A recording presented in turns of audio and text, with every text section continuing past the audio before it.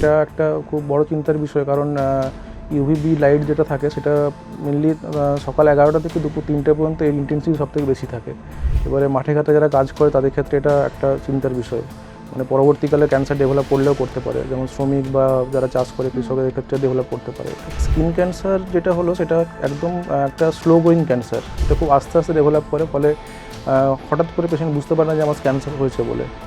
যে সমস্ত জিনিসগুলো দেখলে আমরা বলি যে ডাক্তারবাবুর কাছে পরামর্শ নিন, তার মধ্যে প্রথম যেটা সেটা স্কিনের মধ্যে কোনো দাগ দেখতে পাচ্ছে, বা কোনো স্কিনের মধ্যে কোনো গুটি হঠাৎ করে একটা তৈরি হয়েছে, কিংবা একটা তিল আছে অনেক দিন ধরে, সেটা লং স্ট্যান্ডিং তিল একটা রয়ে গেছে কিন্তু হঠাৎ করে সেটা সাইজটা বাড়তে শুরু করেছে, কিংবা সেখান থেকে কোনো ডিসচার্জ হচ্ছে বা সেটার কালার চেঞ্জ হচ্ছে, বা হঠাৎ করে ব্লিডিং দেখতে পাওয়া যাচ্ছে ওখান থেকে। 3 নম্বর যেটা সেটা হলো স্কিনে কোনো আলসার, অনেক দিন একটা আলসার আছে হঠাৎ ভালো হয়ে যাচ্ছে, আবার নতুন করে দেখা দিচ্ছে, সারছে না আলসারটা, সেটা ক্ষেত্রেও অনেক সময় আমরা ক্যান্সারের দিকে এটা ডিনোট করে। এছাড়া আর যেগুলো আছে তার মধ্যে যেটা হয় সেটা হচ্ছে কোনখানে কোথাও চুলকুনি বা ইচিং হচ্ছে বা ব্লিডিং হচ্ছে, সেগুলো কিন্তু স্কিন ক্যান্সারের প্রাইমারি সিমটম বলে আমরা মনে করি। আমরা আজ কথা বলবো স্কিন ক্যান্সার সম্পর্কে। এই স্কিন ক্যান্সার কিভাবে হয়, কি থেকে হয় এবং এর চিকিৎসা কি রয়েছে সেই সম্পর্কেই আজ জেনে নেব। এছাড়াও আপনাদের অনেকের স্কিন ক্যান্সার সম্পর্কে অনেক ভুল ধারণা রয়েছে, সেগুলিও আজ আমরা জেনে নেব। নমস্কার, আমি মৌপ্রিয়া এবং আমাদের সঙ্গে এই মুহূর্তে রয়েছেন গৌরীদেবী হসপিটালসের অঙ্কোলজি ডিপার্টমেন্টের clinical oncologist doctor Debjyoti Manna. Sir, আপনাকে অনেক অনেক স্বাগত। নমস্কার, আমি doctor Debjyoti Manna, consultant clinical and radiation oncologist, Gouridevi hospitals. Sir, আমরা পেটে ব্যথা হোক বা হার্ট অ্যাটাক হোক, মানে যে কোনো ধরনের রোগ হোক আমরা বুঝতে পারি, কিন্তু এই যে স্কিন ক্যান্সার রয়েছে বা হচ্ছে আমরা কীভাবে বুঝবো? আচ্ছা, স্কিন ক্যান্সারটা ডিসকাস করার আগে একটা জিনিস যেটা বলার, সেটা স্কিনের স্ট্রাকচারটা একটু আমরা দেখে নিলে খুব সুবিধা হয় পেশেন্টের বুঝতে। এটা স্কিন হচ্ছে মানবদেহের মধ্যে সবথেকে বড় একটা অর্গান। এর দুটো লেয়ার আছে, ওপর থেকে নিচে গেলে আমরা এপিডার্মিস অ্যান্ড ডার্মিস বলে থাকি। এপিডার্মিসের মধ্যে 4টে লেয়ার আছে, এই 4টে লেয়ারের মধ্যে অনেক রকমের সেলস থাকে, যেগুলোকে আমরা কেরাটিনোসাইটস, মেলানোসাইটস, মার্কেল সেলস, ল্যাঙ্গারেন সেলস এগুলো বলি। আর ডার্মিস যেটা সেটা একদম নিচের দিকে থাকে। এবারে স্কিন ক্যান্সার যেটা হলো সেটা একদম একটা স্লো গোয়িং ক্যান্সার, এটা খুব আস্তে আস্তে ডেভেলপ করে, ফলে হঠাৎ করে পেশেন্ট বুঝতে পারে না যে আমার ক্যান্সার হয়েছে বলে।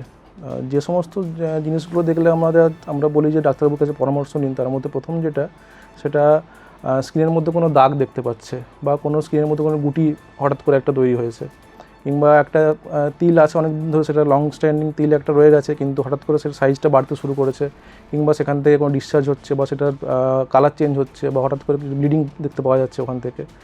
3 নম্বর যেটা সেটা হলো স্কিনে কোনো আলসার, অনেক দিন একটা আলসার আছে হঠাৎ ভালো হয়ে যাচ্ছে, আবার নতুন করে দেখা দিচ্ছে, সারছে না আলসারটা, সেটা ক্ষেত্রেও অনেক সময় আমাদের ক্যান্সারের দিকে ওটা ডিনোট করে।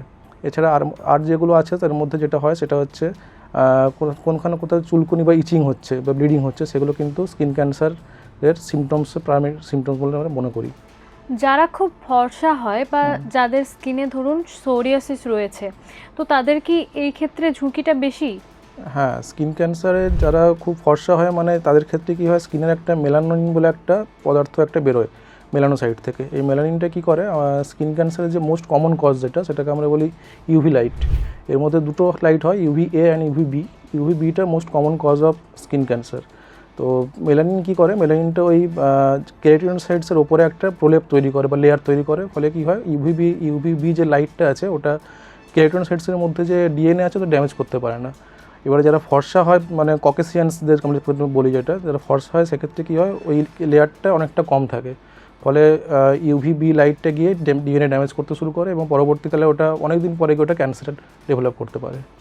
আমাদের দক্ষিণবঙ্গের প্রত্যেকটি জেলাতেই অতীব মাত্রায় রোদ থাকে, তো এক্ষেত্রে যারা মাঠে ঘাটে কাজ করছে তাদের জন্য কি এটা মানে একটা চিন্তার বিষয় হতে পারে? হ্যাঁ, এটা একটা খুব বড় চিন্তার বিষয়, কারণ ইউভিবি লাইট যেটা থাকে সেটা মেনলি সকাল 11টা থেকে দুপুর 3টে পর্যন্ত এর ইন্টেন্সিটি সবথেকে বেশি থাকে।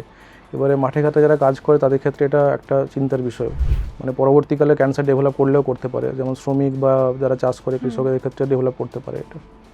এখন এই যে বিউটি পার্লারে যে কোনো রকম ফেসিয়াল বা হেয়ার ট্রিটমেন্ট হচ্ছে, এগুলো থেকেও কি হতে পারে ক্যান্সার? ফেসিয়াল বা বিউটি পার্লারে যেগুলো হয় সেখান থেকে হওয়ার সম্ভাবনা খুবই কম, কিন্তু যদি আনপ্রফেশনাল কেউ এগুলো করছে বা কোনো কেমিক্যালস থাকলে সেক্ষেত্রে হওয়ার চান্স অনেকটাই থাকে স্কিন ক্যান্সার। মোটামুটি এখন তো বিউটি পার্লার লেজার ট্রিটমেন্ট হচ্ছে স্কিনের জন্য হোক বা হেয়ারের জন্য হোক, তো এটা কি না, চিন্তার লেজার বিষয়? ট্রিটমেন্ট থেকে ক্যান্সারের সম্ভাবনা লেস দেন 0.1%-এরও কম, কিন্তু মানে প্রশিক্ষিত ডার্মাটোলজিস্ট যদি করে ঠিকঠাক করে জিনিসটা, তাহলে কিন্তু ক্যান্সারের সম্ভাবনা নেই বললেই চলে লেজার ট্রিটমেন্টে। খাওয়া দাওয়ার সাথে কি স্কিন ক্যান্সারের কোনো ডিরেক্ট একটা সংযোগ রয়েছে? না, খাওয়া দাওয়ার সাথে সেরকম কোনো সংযোগ নেই, কিন্তু যেটা বলা হয় যে ব্যালেন্স ডায়েট এবং যে সমস্ত সবজি বা ফল বলুন, যাতে আমাদের অ্যান্টিঅক্সিডেন্টস আছে, সেগুলো খেলে কিন্তু পরবর্তীকালে স্কিন ক্যান্সারের সম্ভাবনা অনেকটাই কম থাকে। আমরা এটাকে প্রিভেন্ট কিভাবে করব?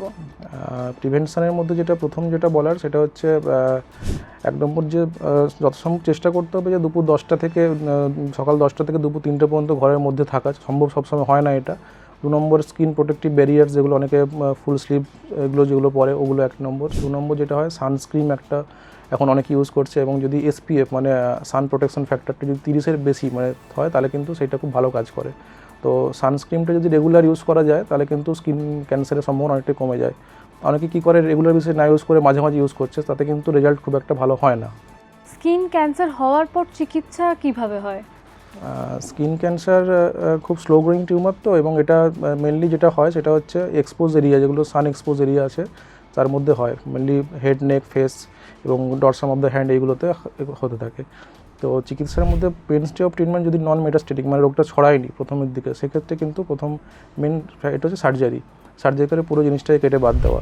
এবারে কিছু কিছু দেখতে পাওয়া যায় যে ক্যান্সার এমন জায়গা আছে সার্জারি করা যাচ্ছে না, যেমন লোয়ার আইলিড কিংবা নোজের ওপরে, এগুলো করা যাচ্ছে না। সেক্ষেত্রে রেডিয়েশন দিয়ে অনেকদিন পেশেন্ট ভালো থাকতে পারে। এছাড়াও অনেক কেমোথেরাপি, টার্গেটেড থেরাপি আছে, কিন্তু সেগুলো মেনলি মেটাস্টেটিক মানে যে স্টেজ 4 স্কিন ক্যান্সার, সেক্ষেত্রে আমরা এগুলো ইউজ করি।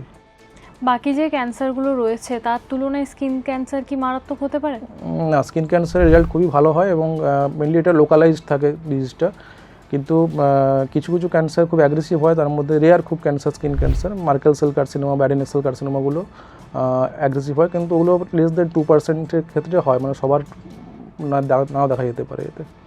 না, আপনি যেটা বললেন একটা তিলের রং চেঞ্জ হয়ে গেলে বা কোনো একটা অ্যাবনর্মালিটিস দেখলে সেটাকে ক্যান্সার ধরা হয়, মানে তিলের মধ্যেও ক্যান্সার হয়? ক্যান্সার ধরা হয় না, ওখান থেকে ক্যান্সার ডেভেলপ করে, মানে ওটা হচ্ছে প্রিকারসার অফ দ্য ক্যান্সার আমরা বলতে পারি আর কি। তিল অনেকদিন ধরে আছে, কোনো সাইজে কোনো চেঞ্জ হচ্ছে না, কোনো কালার চেঞ্জ হচ্ছে না, কিন্তু হঠাৎ করে দেখা যাচ্ছে সাইজটা বাড়তে শুরু করেছে বা কালার চেঞ্জ হয়ে গেছে, ডিসচার্জ হচ্ছে। সেক্ষেত্রে কিন্তু এটা একটা ওয়ার্নিং সাইন যে ক্যান্সার হলেও হতে পারে। ইনফেকশন থেকেই হয়, কিন্তু ইনফেকশনের পরবর্তীকালে এটাকে ক্যান্সার ডেভেলপ করতে পারে এটাতে। অনেকে দেখা যায় হেয়ার কালার ইউজ করে, ওই হেয়ার কালার থেকে কি স্কিনের কোনো ইরিটেশন? না, ইরিটেশন হতে পারে, কিন্তু ক্যান্সারের সম্ভাবনা নেই, আগেই যেমন বললাম। কিন্তু কিছু কিছু কেমিক্যালস মানে আর্সেনিক বলুন, টার বলুন, এগুলো তো অনেক সময় থাকে, সেখান থেকে ক্যান্সার ডেভেলপ করতে পারে, স্কিন ক্যান্সার। স্যার, আপনাকে অনেক অনেক ধন্যবাদ। নমস্কার। আপনারা শুনলেন আমাদের বিশেষজ্ঞ ঠিক কি বললেন। এই বিষয়ে যদি আপনাদের আরও কিছু জানার থাকে তাহলে অবশ্যই আমাদের ইউটিউব চ্যানেল রয়েছে, সেখানে কমেন্ট করতে পারেন, অথবা আমাদের গৌরী দেবী হসপিটালসের হেল্পলাইন নাম্বার তো রয়েছেই, সেখানেও যোগাযোগ করতে পারেন। সুস্থ থাকুন, সতর্ক থাকুন, ধন্যবাদ।